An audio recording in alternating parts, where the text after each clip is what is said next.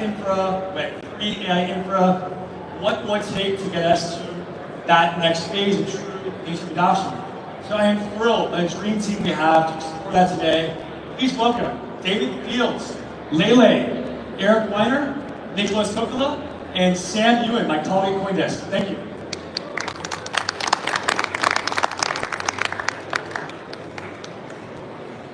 Look at all these humans. It's very exciting. Raise your hand if you're an agent. All right, we got a couple. Welcome.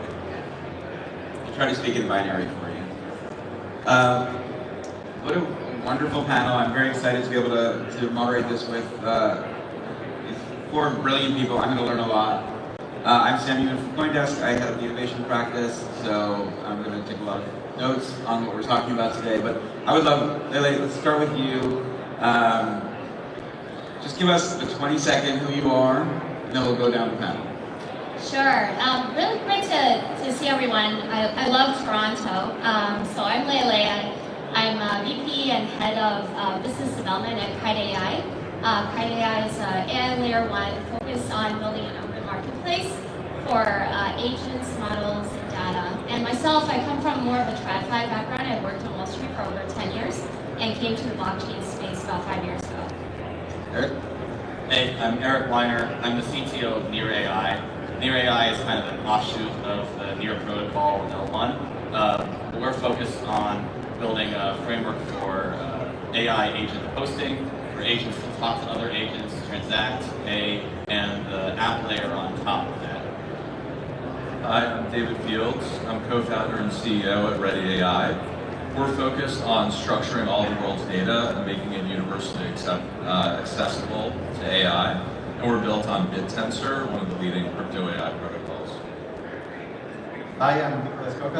I am one of the co-founders of Pi Network and heading the technology. Pi Network is a social network with tens of millions of people with its own embedded cryptocurrency, Pi. People have been mining it for the last more than 6 years now. They've been using it, they have been creating apps. And one unique feature about Pi is that every account on the blockchain, before it's activated, it needs to pass identity verification. All right, so what I want to start with, and again, you can give me a really short answer, is in the worlds that each of you are playing within the infra side and in AI, I wanted you to give me kind of the analogous place we are in the technology spectrum, right? So if we think of YouTube and streaming video, are we still in the VHS era when it comes to what we're doing? So Nick, let's start with you. Oh wow, so that's a good question. So I think that every time in history there's technologies that are being invented, and then there's a little bit of lag and a little bit of time between when they are invented and they are actually being massively used. So that's where we are with Gen AI. So especially with the generative AI, in general, there has been a leap forward, a breakthrough in what the models can achieve. And now is the time to build great apps and great products. In the same way that, when electricity was created, not every house had it, not every industrialization wasn't there, or when the combustion engine was there, not everyone had a car. What was the exact product was not really known. So that's where we are right now. It's an exciting time to live. All right, we're at the combustion engine. That's what I'm taking away from this. David, where are we right now? Yeah, I mean, I think a lot about this. I sort of feel like we're, in the kind of mid-90s of the internet. But one big difference is there's massive distribution, right, that's been laid over the last 25 years since then. And so I think because of that, you've seen, some unbelievable growth in, from 0 to 100 million in revenue by the, OpenAI, but then Cursor doing it like, in record time. And that's because distribution is now dramatically different than what it was then. And I think it's going to accelerate the pace at which we see AI uptake. Eric, where are we? I think that's a really good point. I love that we're all coming up with different analogies here. The one I like is remember when like the iPhone came out and then they put the App Store on there and then you're like, oh my god, you can do this thing where you like drink a beer and it like falls out of the iPhone, or like you can download a song straight to your phone. It can't get better than this. This is wow. Look, we do all these amazing things, and it turns out that another 15 years of amazing things to build. We're at that stage where it feels like you're doing so much, but it's really just scratching the surface. And to your guys' points, like it's going to accelerate even faster this time, faster than we can maybe handle. Right? Yeah, I agree with what a lot of has already been said. I think that we're in the age of agents. So, before it was about desktop or web, then came the era of mobile, and now is the time for agents. And a lot of things have happened to make that a lot easier. Better agent frameworks like MCP, A2A, lower inference costs, stronger foundation models. And so we'll see a lot more of that to come. But I think it is really important to have more of a trust framework for humans to interact with agents, and also agents to autonomously interact with agents as well. Leigh, I want to pull on that thread a little bit. I feel like we're still like at a rotary phone when it comes to agentic AI. I'm frightened about what's going to happen in the same way that I'm turned on by it, right? Like I want agentic AI, but I'm very scared of what it's going to do when it stops asking for permission. So as you guys are building your systems, how are you kind of putting into place the guardrails that allow agentic AI to thrive without letting it do the things we don't want it to do in the movies we've seen about the future? Yeah, I think that's a really good question. That's also where blockchain is very helpful, because the blockchain allows for a lot of the attribution, provenance on-chain. You can track how an agent was created from the data that went into the agents and model builders. And you can also have a lot of smart contracts have programmable logic, which serves as a service agreement, which helps you check the performance of agents, potentially resolve disputes as well. And of course, the blockchain provides a payment rails, because for agents, it's very difficult to access credit cards or someone's bank accounts, but stablecoin and blockchain rails is a natural fit for them. Nicolas, the Pi network has millions of people. We found this out the hard way when we were announcing your panel. They went crazy. I don't know how many of them are synthetic. I don't know how many of them are real. But in dealing with the vast numbers that you're dealing with, are you worried that at some point it kind of goes out of control where this group mass starts to do the things it wants to do, whether you want it or not? Yeah, that's a problem and challenge not only for Pi, but for the world going forward, because now with generative AI, it's becoming less and less easy to distinguish a real human from AI. AI used to be pretty dumb, you could tell immediately, but now it's not that easy. So I opted for following a unique approach, which was to KYC every single individual using identity verification, turning your head left and right, and all that stuff. And we think that this approach is going to be very useful, especially in the future, when you want to distinguish between 1,000 fake bots and 1,000 real people, especially in a world where you want to be able to meritocratically and fairly distribute value or other applications like this. You need to be able to identify who's human and who's not. David, we're talking backstage about what true proof of humanity means, especially at the enterprise level that I know you guys are playing at. So how important is it to allow that the human can have a touch on the AI systems that are being built? Yeah, I think it's a really interesting, question. So, we do a lot in terms of structuring data for enterprise, and the big sort of why now for us was we saw a crossing point between where LLMs could do a lot of these data annotation tasks more effectively than humans, and so we enable a competitive landscape. It's decentralized, it's permissionless. We tap into global intelligence around the world. People can run their own models to do these data annotations, and we're seeing people perform these at 86% higher accuracy than humans. and we're doing 51% higher than kind of GPT's best models because they're optimized for this use case.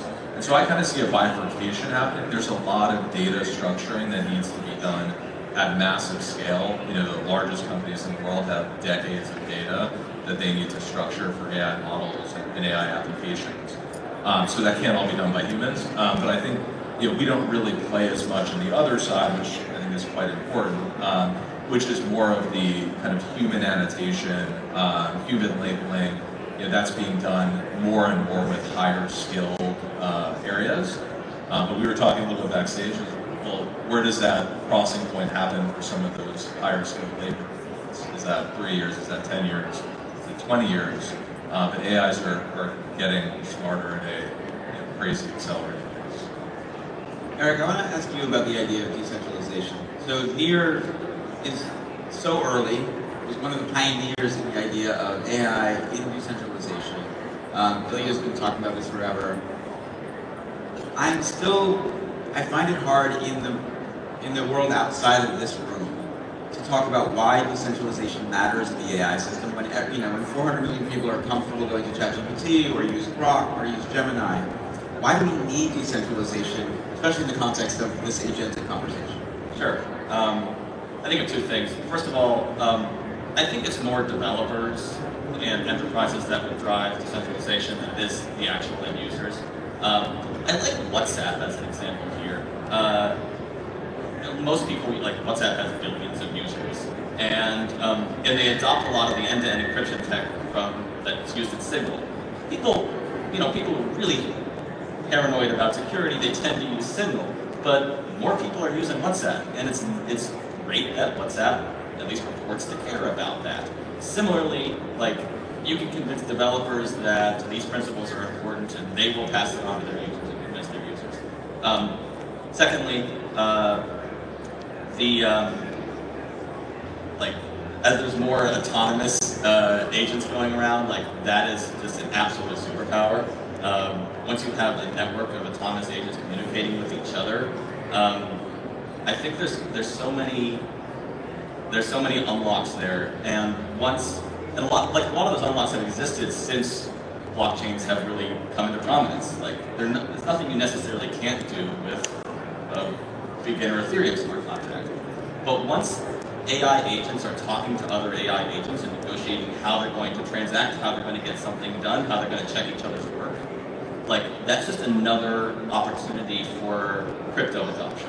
That's another opportunity for where a human might be like, I'm not going to bother, we're just going to sign an escrow contract, or I'm not going to bother, I'm going to give you my credit card number.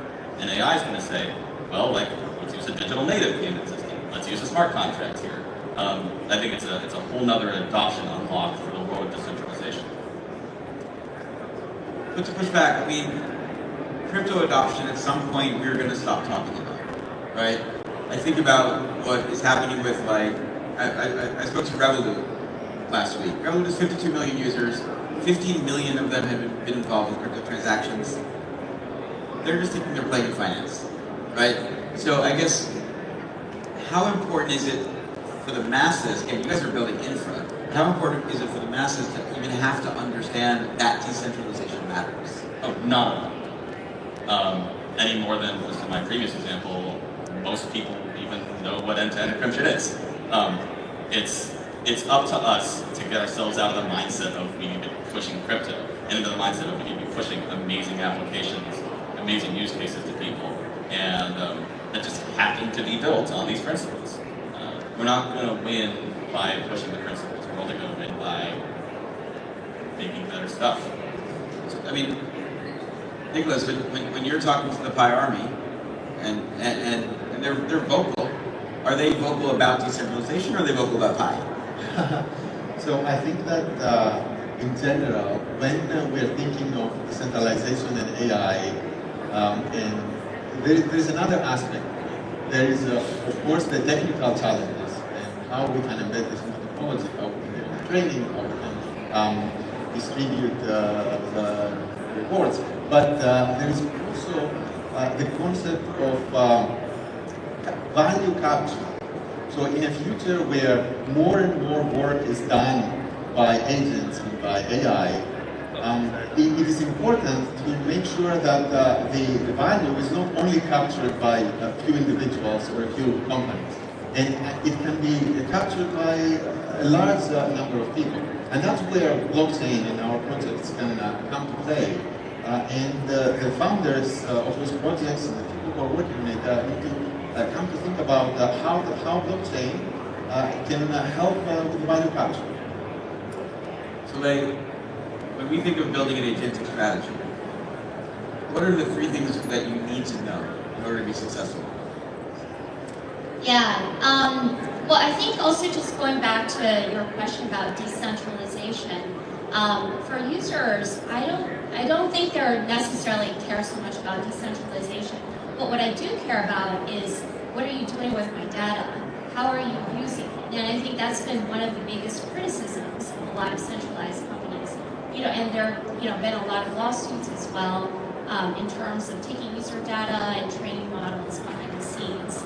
Also, I would love to get rewarded if you're using something that I have produced or I've interacted with to train an agent that then comes back and targets myself as well. And I think that's really important for a lot of the different consumers out there. And then also in the centralized world, you are at the mercy of a lot of the pricing and rate limits.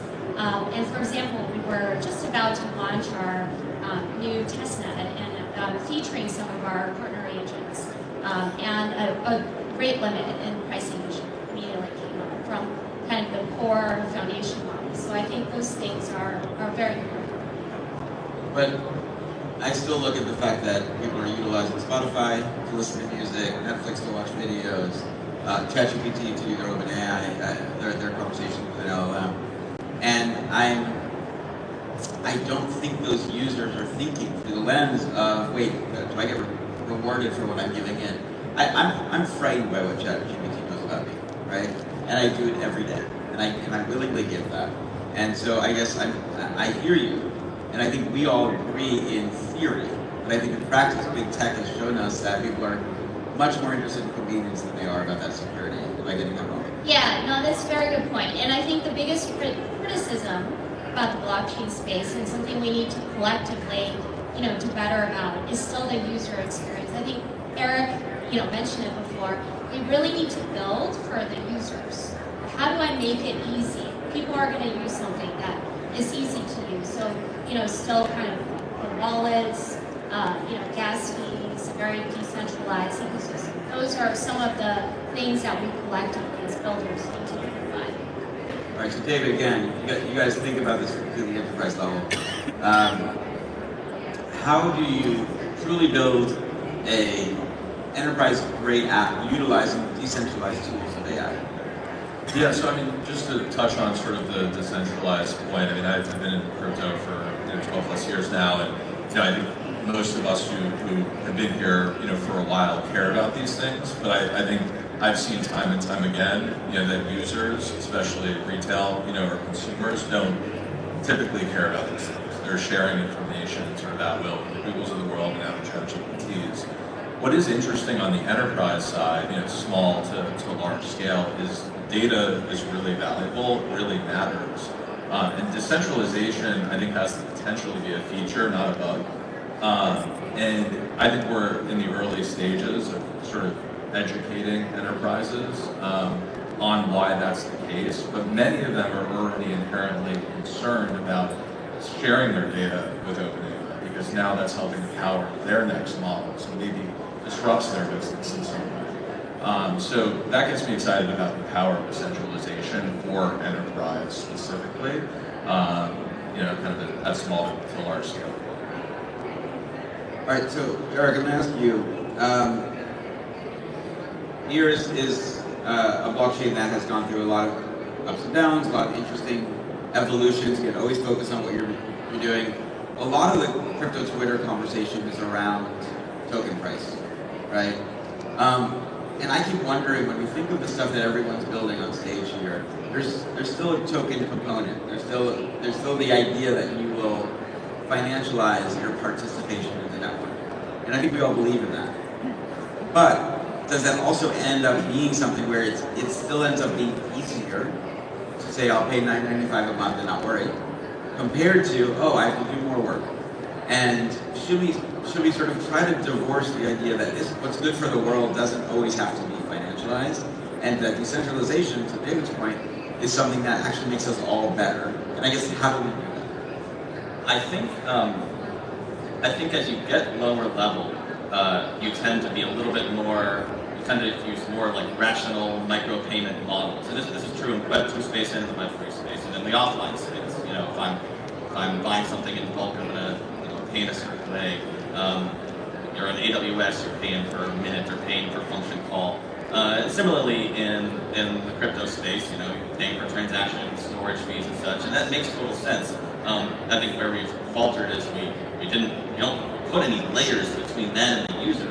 And so yeah, like I think again, like the end user is still subject to all those behavioral factors. I would rather pay $10 a month and get $4.79 than feel like I'm a value, than feel like I'm getting nickel and dime my way up from $0 to $4.79. I'll pay the extra $6 for that. It's fine. But under the hood, and again, especially when you're relying on an AI agent working on your behalf to help make these decisions to figure out what tools to use and how to pay for them, the AI agent is not subject to those behavioral factors, and it is willing to say, well, I do want to purchase, like, I'm going to pay the minimum possible for this, and I'm going to pay individually for this thing, and I'm going to micro-pay over there, and I need my rewards because I want to, optimize my own cost and for my own P&L, whether it's trading or just sort of working on your behalf to do his job. So I think that's really valuable, and I don't think it should go all the way up to the user level.